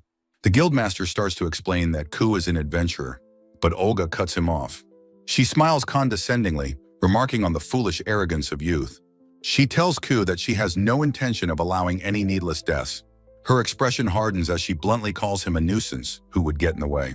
She orders him to stay back, leaving Ku utterly shocked by her harsh dismissal. Ku is dejected, his chance to use his ultimate spell seemingly lost. The guildmaster clears his throat, preparing to give new orders to the adventurers. He announces that an evacuation order will be issued for all citizens of Lindrunga. He instructs the adventurers to assist by guiding people to the evacuation shelters. He tells them to get a map of the designated shelter locations from Miri. Ku takes the map and is surprised to see the location of the shelter. He recognizes the building as the place where he held magic lectures with his friends. Olga warns that the demon beast horde will likely arrive by nightfall at the latest. She urges everyone to act quickly, as they are running out of time. The guildmaster gives a final command, and the adventurers roar their commitment. Ko, holding the map, steals his resolve as the hall begins to empty. As the others leave, Ku asks if the guildmaster and Miri are not evacuating. Miri explains that as guild staff, it is their duty to remain behind. The guildmaster adds that he will be moving with Olga's forces to the front line. He reveals that the shelter is Mario's property, offered out of kindness to the city. He asks Ku to pass on his gratitude to Mario if he sees him. He hesitates, then tells Ku there is one last thing he needs to say. He looks at Ku with a serious expression, a silent warning in his eyes. The guildmaster and Miri turn and walk away, leaving Ku alone in the hall. Ku stands for a moment, contemplating the gravity of the impending crisis. Walking through the city, he realizes the emergency is far worse than he imagined. He feels a strange sense of calm, even though the city itself might be destroyed. He plants his foot firmly on the cobblestones, his resolve hardening. He decides to do what he can to help and begins directing the evacuating citizens. He shouts for everyone to remain calm, pointing them towards the evacuation carriages. He guides a group of people through the crowded, narrow city streets. Other adventurers are also busy helping, their faces etched with concern and urgency. The scene is one of controlled chaos as people rush towards the promise of safety. Ko feels like he is falling behind, that he is not doing enough to help. A loud, desperate wail cuts through the noise, catching his immediate attention. He sees a small girl crying inconsolably for her mother and father. He approaches her gently and asks what is wrong, his voice soft and kind. She tells him that her parents were suddenly gone, and she doesn't know where. Kano realizes that with so many people, his detection magic would be useless. The girl's stomach growls loudly with hunger, and she begs him not to cry. He asks if she would like to search for her parents with him, and she agrees. He introduces himself and learns that the little girl's name is Liv. She tells him her parents were heading for the carriages near the tower. A hopeful Liv asks if it's true, and Ku cautiously agrees, saying probably. Ku suggests they go to the nearby tower. Liv gratefully agrees, thanking her big brother. As they walk, Liv excitedly tells Ku that she is going to be a big sister soon. Liv explains her mother has a baby in her tummy. Ku simply says, "Oh." The word sibling triggers a memory. He recalls the joy of his own sister's birth. He wonders if his parents are well, remembering he died without saying anything. Liv calls out to her big brother, pulling Ku from his thoughts. He apologizes. He tells himself to stop thinking about his past life and focus on finding Liv's parents. The city's grand, ornate central tower reaches high into the cloudy afternoon sky. They arrive at the tower, finding a massive, anxious crowd of people waiting. Ku asks if she sees her parents, but Liv sadly admits she doesn't know. He realizes it's hopeless. Finding them in such a massive crowd is impossible. Liv's hope falters, wondering if her papa and mama left her all alone. Kao looks back over his shoulder, his attention caught by a sudden commotion. An angry man shouts, demanding to know why the carriages haven't arrived yet. Ranga notes the man is at it again, while Ural explains there aren't enough carriages. He notes there are too many people, but they are all heading to the same place. He understands. This is just a waypoint, not the final evacuation shelter. The Mohawked adventurer reassures Liv, promising they will meet her parents at the shelter. He gruffly tells Kao to wait his turn, as the carriages have limited space. Ku calmly announces he will build a carriage now, shocking the large adventurer. An idea sparks. He can use the leftover wood from his sanctuary house. The adventurer stares, sweating and utterly bewildered by Ku's impossible declaration. The surrounding crowd of evacuees gasps and recoils in utter shock and terror. "What is that thing?" the crowd screams as a massive golem materializes before them. Kao cheerfully explains his golem is ready to help, dubbing it a golem carriage. He gestures to the massive cart, telling everyone there is plenty of room to ride. The adventurer is stunned silent. Ku asks him why he's still standing there. Ku asks the still-dazed adventurer if he would please hang this sign from his neck. He explains that once they reach the shelter, he'll have the golem return here. Well then, Ku says, as the golem begins pulling the massive loaded cart away. The adventurer stares after them, muttering, "What in the world is that, kid?" The sign reassures Liv's parents, telling them she is safe at the shelter. On the windswept plains, the mage division stands in a single, defiant line. The guildmasters shake and ask Olga if that is truly the demon beast horde. They face a terrifying, endless sea of monsters stretching far beyond the horizon. A close-up reveals the menacing, glowing eye of a hulking, powerful troll. A fanged high orc, its eyes glowing, glares forward with pure malevolent intent. The wicked, glowing eyes of a massive tusked madboar stare them down. A blur of motion signifies the beginning of the horde's terrifying, unstoppable charge. Olga grimly confirms the guildmaster's fears, stating that it appears so. Olga commands her mage division to erect a barrier and let no one pass. The keen, glowing eye of a massive greenwood wolf focuses on its target. A monstrous wyvern bares its sharp teeth, ready to strike from the sky. The knight's order is commanded to kill any monster that breaches the barrier. With a look of grim determination, Olga gives the final command. "Let's go!" The chapter ends, teasing Kao's golem carriage and the uncertain fate of Lindrunga. The title page is shown, a distant scream echoing from the evacuation shelter.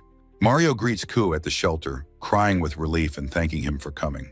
Ku asks why he is crying. Mario, through tears, insists he is not okay. A volunteer suddenly appears, desperately pleading with Kao to help them. The kitchen is overwhelmed, trying to feed the massive number of arriving evacuees. A volunteer begs him to lend a hand, explaining they are almost out of food. Maru says it is fine as he loves to cook and thanks Ku for his help. Maru directs Ku to the kitchen, telling him he can use any ingredients he wants. Ku looks over the ingredients, pondering what he should make for everyone. He spots a large supply of boar meat and rice, sparking a delicious idea. He decides to make a dish using the boar meat, rice, and onions. On the battlefield, Olga and the guildmaster look on with expressions of horror. A monster roars, relentlessly slamming its body against the shimmering magical barrier. The entire horde relentlessly throws itself against the barrier, which begins to crack.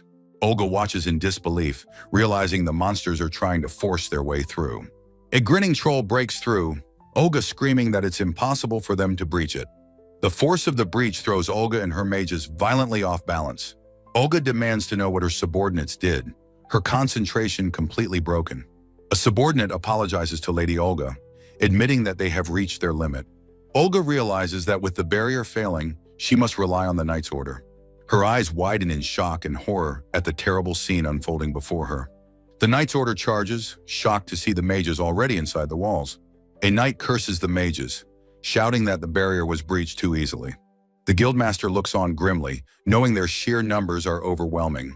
Dozens of S-rank monsters pour through, making any direct confrontation a suicide mission. Olga screams that they cannot run, as many mages have already fallen in battle. She cries that if they flee, no one will be left to protect Lindrunga. The guildmaster looks on, his expression one of grim and silent resignation. Back at the shelter, Ko puts the finishing touches on his delicious meal. He simmers the boar belly in a sweet and spicy sauce to serve over rice. He proudly presents his pork belly bowl to a wide-eyed and amazed Liv. "Go on, Liv-chan," Ku says, encouraging her to take the first bite. Liv takes a bite, her eyes widening in pure surprise at the incredible flavor. She exclaims that it is delicious, a dish unlike anything she has ever tasted.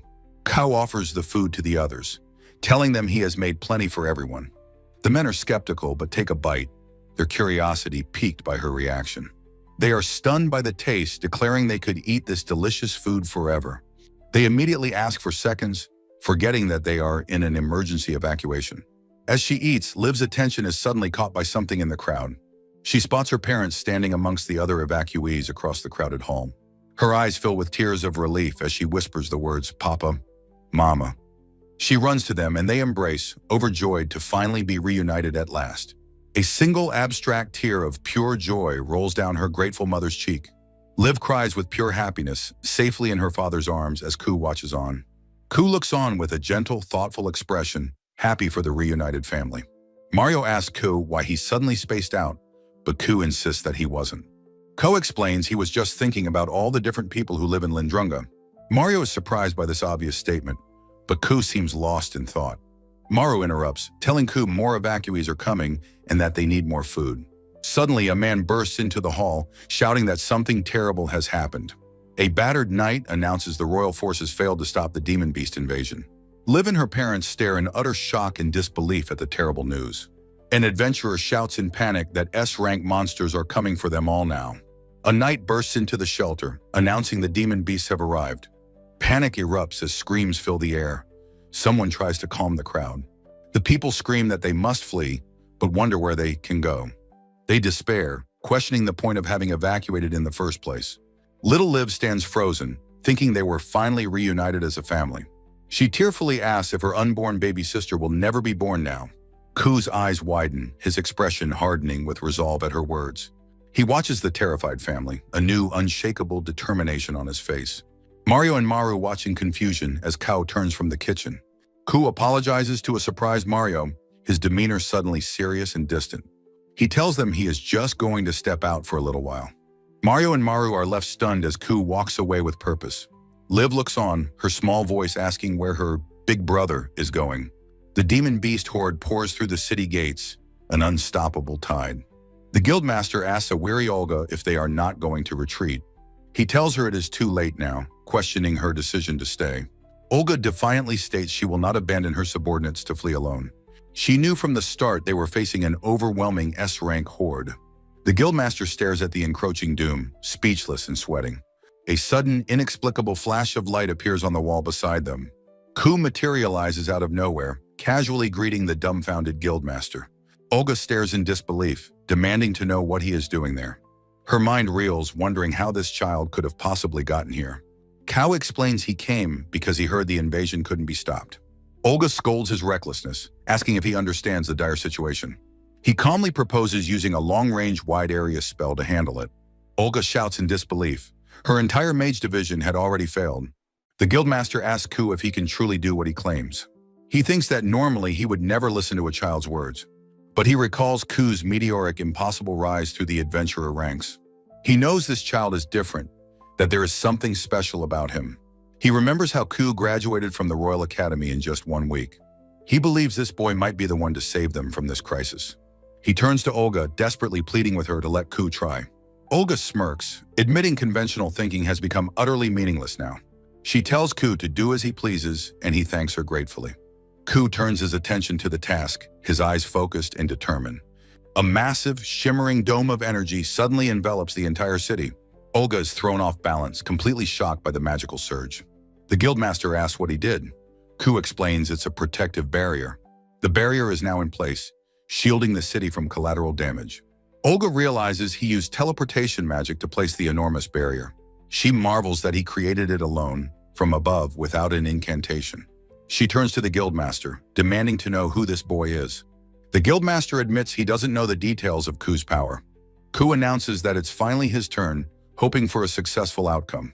He stands alone before the horde, stating that he is no mere adventurer. He raises his hand, activating the multi-layered magic formation. The guildmaster watches, whispering a desperate prayer for the spell to fall.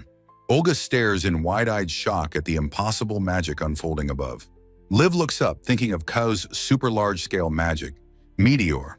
Ku's name is called out as he unleashes the apocalyptic spell. Olga recognizes the strategic class magic formation for the spell Meteor. She knows it would normally require at least 100 mages to cast. To even maintain the formation, a high-ranking mage would be needed.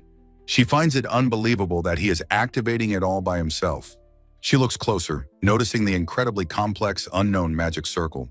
A look of panic crosses Ku's face as he struggles with the power. He fights to control the immense, unstable energy he has gathered. The demon beasts look up at the massive meteor descending from the sky. A troll stares, its face illuminated by the approaching celestial doom. A high orc watches, its primitive eyes reflecting the fiery light. A mad boar's face is shown, caught in the apocalyptic glow. A greenwood wolf looks up, its fate sealed by the falling star. A wyvern in the sky turns towards the overwhelming fiery threat. The meteor descends, a massive ball of fire filling the entire sky. The sound of its approach is a deafening roar of utter destruction. The world turns white as the meteor makes its cataclysmic impact. The ground is instantly vaporized in the blinding flash of light. The shockwave obliterates everything in its path, a wave of pure force. Olga and the guildmaster are thrown back by the violent tremor. The entire city shakes from the force of the devastating explosion. Olga comments on the incredible power of the shockwave that just hit. The guildmaster asks what happened to Kao and the demon beasts. They stand on the wall waiting for the smoke and dust to clear. The guildmaster's eye widens in utter disbelief at the sight. A massive, perfectly circular crater stretches out for miles before them. They are both speechless, struggling to comprehend the scale of destruction. Olga admits that she had underestimated him. This was beyond imagination. Suddenly, Ku teleports back onto the wall beside them, completely unharmed. The guildmaster stammers, asking what Ku has just done. Ku apologizes, admitting he didn't realize the spell was so powerful. Olga notes that he caused environmental destruction, not just stopped the horde. The guildmaster interrupts, telling her not to focus on that now. Olga formally apologizes to Ku for her past rudeness and disrespect.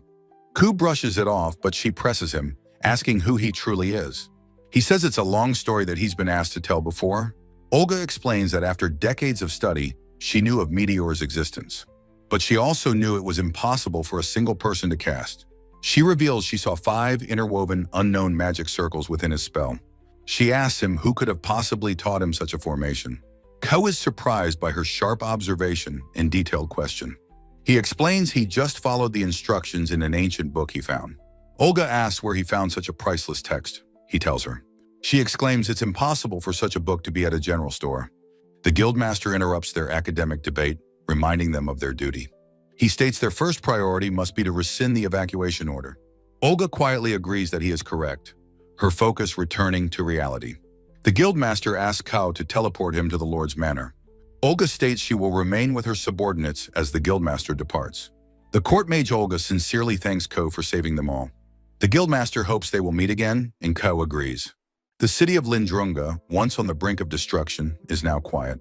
Kao gives a final wave as the guildmaster teleports away. Alone, Ku wonders what he should do, considering a visit to his friends. Suddenly, Ku's eyes fly open in shock and alarm. He stands frozen as a telepathic voice asks if he can hear it. His boots scrape the cobblestones as he spins around to face the voice. 2 majestic divine beasts, a griffin and a dragon, have appeared before him. Ku is momentarily speechless, taking in the impossible sight. He stammers in recognition, realizing he knows the griffin. The massive white dragon peers down, asking who this human is. In a flash of instinct, Ku activates his appraisal skill. The result is shocking, an ancient dragon, a divine familiar. He asks the griffin why it has come to Lindrunga. The griffin explains the massive magic from his meteor spell drew it here. The dragon adds it also sensed the use of a forbidden magic tool. It explains the tool was used in ancient times to control demon beasts. This tool has been used before, destroying entire cities and nations. Ku realizes with horror that the attack on Lindrunga was deliberately planned. The horde of S-rank monsters was a targeted act of aggression. He frantically asks if someone orchestrated the entire invasion. The dragon confirms they are investigating, but had come to stop the horde. It expresses its surprise that Ku managed to resolve it alone. Kao is shocked they knew of the danger and had come to help. The griffin complains that the old geezer dragon was too slow to act. Kao, flustered, asks who they are calling an old geezer. The dragon pointedly asks if Ku knows who created and owns the tool. It questions how he, the one chosen by God, could be unaware. Ku is stunned, stammering, "Chosen by God? Me?" The griffin confirms that it was God who sent him to the sanctuary. Ku demands to know what they mean and who he truly is. He asks who they are, his frustration and confusion mounting. A memory flashes. Olga's disbelief at his 5-layered magic circle. The griffin asks him what's wrong, but Ku is lost in thought. He realizes he has been ignoring a fundamental truth about this world. The magic he learned from an ancient book is unknown to everyone else. In all his time here, he has never met anyone with similar knowledge. His friends could only use magic after he personally taught them the basics. Even the Royal Academy and court mage Olga were ignorant of true magic. The dragon announces that it is time for them to leave. Ku stops them, demanding to know what God and his familiars are. He begs them to tell him everything he wants to know. The griffin muses that Ku would not be able to understand the truth. The dragon agrees, stating Ku knows too little of this world. With a powerful flap of its wings, it tells him to see the world himself. The divine beings fly away, hoping to meet him again someday. Ku is left alone, annoyed by their cryptic and abrupt departure. In a tavern, adventurers discuss the recent war with the Turtle Kingdom. Mario explains that Lindrunga was saved by Ku's incredible meteor spell. Ural and Ranga have returned, discussing their own roles in the recent battles. Darius complains that her glorious victory was overshadowed by Ku's heroics. She grumbles that she wanted Mario to see her in action. Ural notes that Ku has a habit of making them all look ordinary. Mario gravely confirms the rumors that Lindrunga was in serious trouble. He reveals Ku single-handedly stopped an invasion of S-rank demon beasts. The adventurers ask Mario where they are going in such a hurry. Mario announces they are going to Kau's house, stunning the adventurers. The group stands before a sleek, modern building that is utterly alien. They stare in disbelief, wondering how he lives here alone. The door clicks open, and Ku greets his assembled friends. Mario explains they came because they heard he had moved. Ku confirms he built a strange new house himself using magic. Darius is shocked he built it, and Ku invites them inside. They enter a spacious, minimalist living room, more shocked than ever. Darius is completely overwhelmed, struggling to comprehend what is happening. She demands to know where he got the money and the land. Ural and Ranga are also curious how he afforded all of this.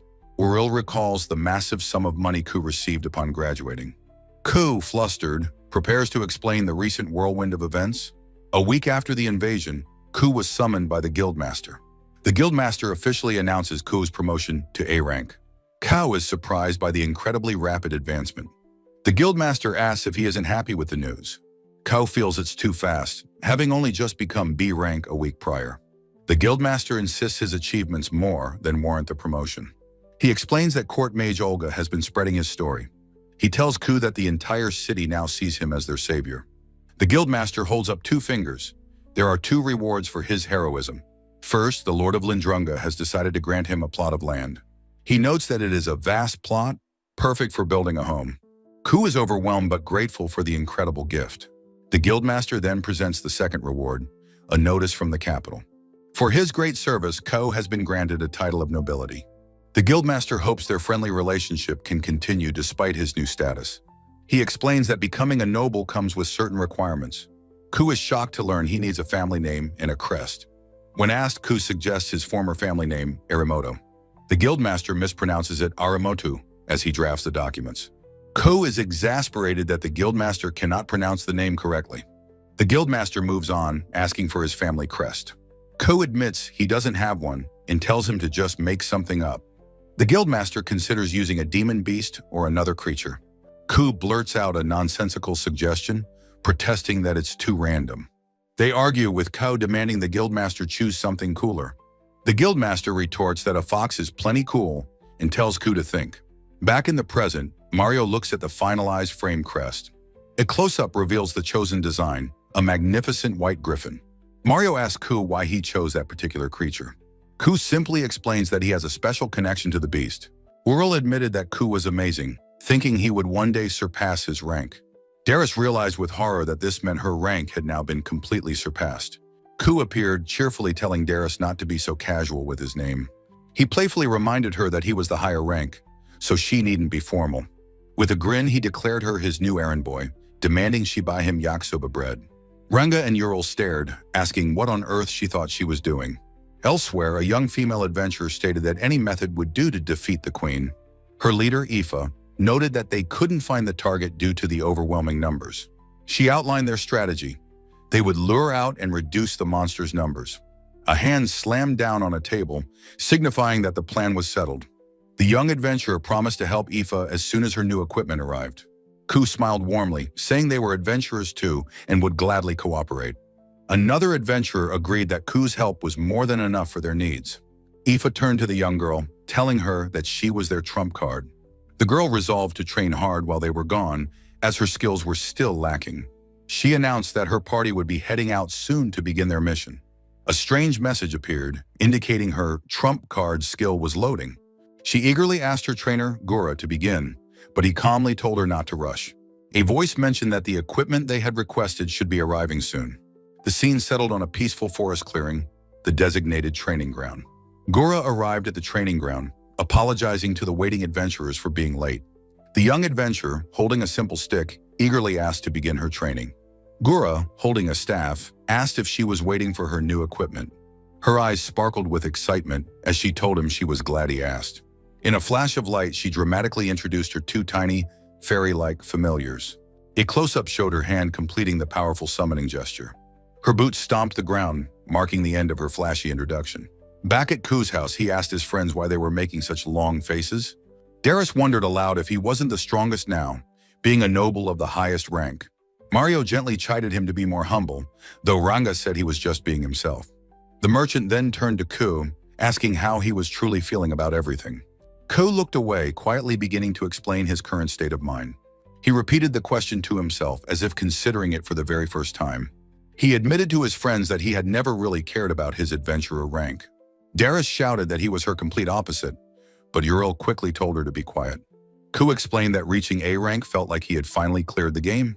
He felt a profound lack of motivation. He was free but unsure what to do. Ural was shocked into silence, completely surprised by his friend's confession. Ranga and Darius were confused, wondering what motivation had to do with it. Mario looked at Ku thoughtfully, a new idea beginning to form in his mind. He suggested that Ku should now aim to reach A rank in the commercial guild. Ku's eyes widened, the words commercial guild sparking a flicker of interest. Ranga eagerly agreed, reminding everyone of Ku's revolutionary magic conducting Conro. Mario then recalled the boar bowl Ku had made, trying to remember the name. He explained to a confused Ranga that it was a dish Ku cooked during the evacuation. Mario added that it was a huge hit, prompting Darius to exclaim that they should sell it. She declared with finality that it was decided. Ku would open a boar bowl shop. Ku could only stare, taken aback by his friend's sudden, enthusiastic decision. Ural dryly pointed out that Darius would likely help only at the very beginning. Ku sat with a flat expression, stating that he had no intention of helping either.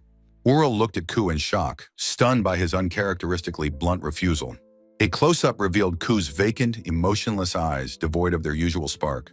In the darkness, a question lingered. Why are you all making such boring faces? A new chapter began, showing the grand facade of a city building. Sometime later, Darius happily took a large bite from a bowl of food. She exclaimed how delicious it was, as Ural, now a server, yelled at her for slacking. Mario noted the endless line of customers, while Ural told someone to stop eating and work. A customer at the counter ordered 2 boar bowls from a weary-looking Ural. Darius argued that if she worked, she'd have no time to rest, much to Ural's chagrin. Mario fondly recalled how popular the dish was at the shelter, and Ku quietly agreed. Amidst the bustling crowd, Mario was still amazed at how successful the shop had become. He knew the dish was good, but word of mouth had made it a phenomenon. Ranga mused that while business was good, the work was harder than adventuring. Darius, still eating, agreed they were adventurers, not merchants, as Ural yelled at her. Kao, stirring a pot, clarified that he was just the owner and didn't plan to work there. Ranga thought that was a great idea since Ku would still make money. A small familiar voice suddenly called out, "Big brother!" startling Ku. It was Liv, the little girl from the evacuation, who had come for 3 boar bowls. Ku and Liv exchanged cheerful greetings from across the restaurant counter. Liv's father proudly introduced his newborn son Ben to a confused Ural and Ranga. Mario warmly congratulated the new father, saying a growing family is a wonderful thing. He looked off thoughtfully, quietly agreeing with his own sentiment. He then suddenly announced that he too was getting married, shocking his friends. They all crowded around him, demanding to know who he was marrying. Darius asked in horror if it was Maru, and a flustered Mario shouted that she was wrong. Liv told Ku it was amazing that he could come up with such a delicious recipe. She asked him how he ever thought of something like the boar bowl. Ku looked away, vaguely explaining that he just knew of a similar dish. He thought to himself that it was actually called a pork belly bowl. He was lost for a moment, wondering how he could possibly explain it to her. He began to speak but trailed off, leaving a confused Ural watching him. He finally said it was from a world he once knew as a vision of modern Japan appeared. Ural stared, sensing the deep and unspoken story behind Ku's quiet words. Liv looked up at him, innocently asking about this world he once knew. Her parents interrupted, telling Ku to stop spacing out as they had been waiting. They apologized for the interruption and waved goodbye as they left the restaurant. Ku watched them go, his expression distant and completely unreadable. The scene shifted, a thought bubble asking if Ku was acting strangely. At a table, Ural noted that Ku seemed distracted and lost in thought lately. Darius dismissed it as normal, but Ranga insisted that something was different. Ranga felt that even though it was a foregone conclusion, Ku was not himself. Darius rested her head in her hand, wondering what he could possibly be dissatisfied with. Ural looked on, his expression serious and filled with a quiet concern. Darius addressed the group, saying it was strange for her to be the one to bring it up. A shot of the restaurant sign appeared as Ko wondered what to do. He asked his friends why he was the only one being told to take a break. Mario explained that with Maru now helping, they had more than enough staff. Ku argued that it was his shop, and as the owner, he couldn't just leave. Ural smiled, telling him an owner was only needed for the important things.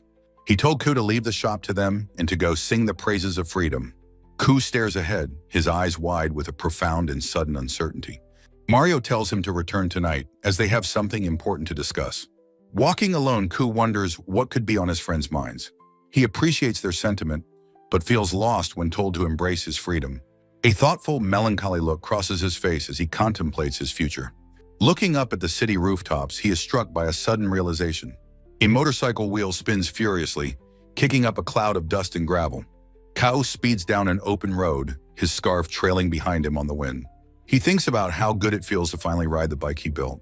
Cresting a hill, his expression shifts to one of utter shock and awe. He parks his bike at a cliff's edge, overlooking a vast, sparkling ocean. He marvels at the sea, realizing this world has one just like his own. He recalls the ancient dragon's words warning him of his ignorance of this world. The dragon's command echoes. He must see this world with his own eyes. With a new resolve, Ku gazes out, pondering the divine being's message. He knows he could easily build a boat and cross the vast ocean before him. The griffin's memory surfaces. Perhaps answers lie on that distant shore. He questions his own hesitation, wondering if he is afraid to proceed. He realizes it isn't fear, but something else that is holding him back. In his mind, he sees the faces of all his friends, Mario, Ural, and the others. A soft look comes over him. He knows he cannot simply leave them behind. That night, returning to his modern home, Ku offers a quiet apology. Mario reassures him, explaining the Borbol shop had a very successful day. Darius boasts that a family came from the capital just for his food. Ko is surprised by the news and Maru confirms it is indeed true. Ural suggests that since Ko is new to town, he should ask for work. He tells Ku they can talk tomorrow, letting him decide if he wants a job. Mario turns to Ku, his friendly demeanor becoming suddenly serious. He says he has something important to talk about, and Ku listens intently. Mario announces to the room that he has decided to get married. He will be leaving Lindrunga this month to live in the royal capital. Ku is visibly stunned, unable to process the sudden, life-altering news. He remarks on how abrupt this all feels, catching his friends off guard. Ural explains that Mario and his fiancée made this decision half a year ago. Ranga and Darius realize this is why Mario was reluctant to leave the capital. Ko remains silent, still trying to understand the implications of this change. Mario says that of all the people he's met, he loves this time with them most.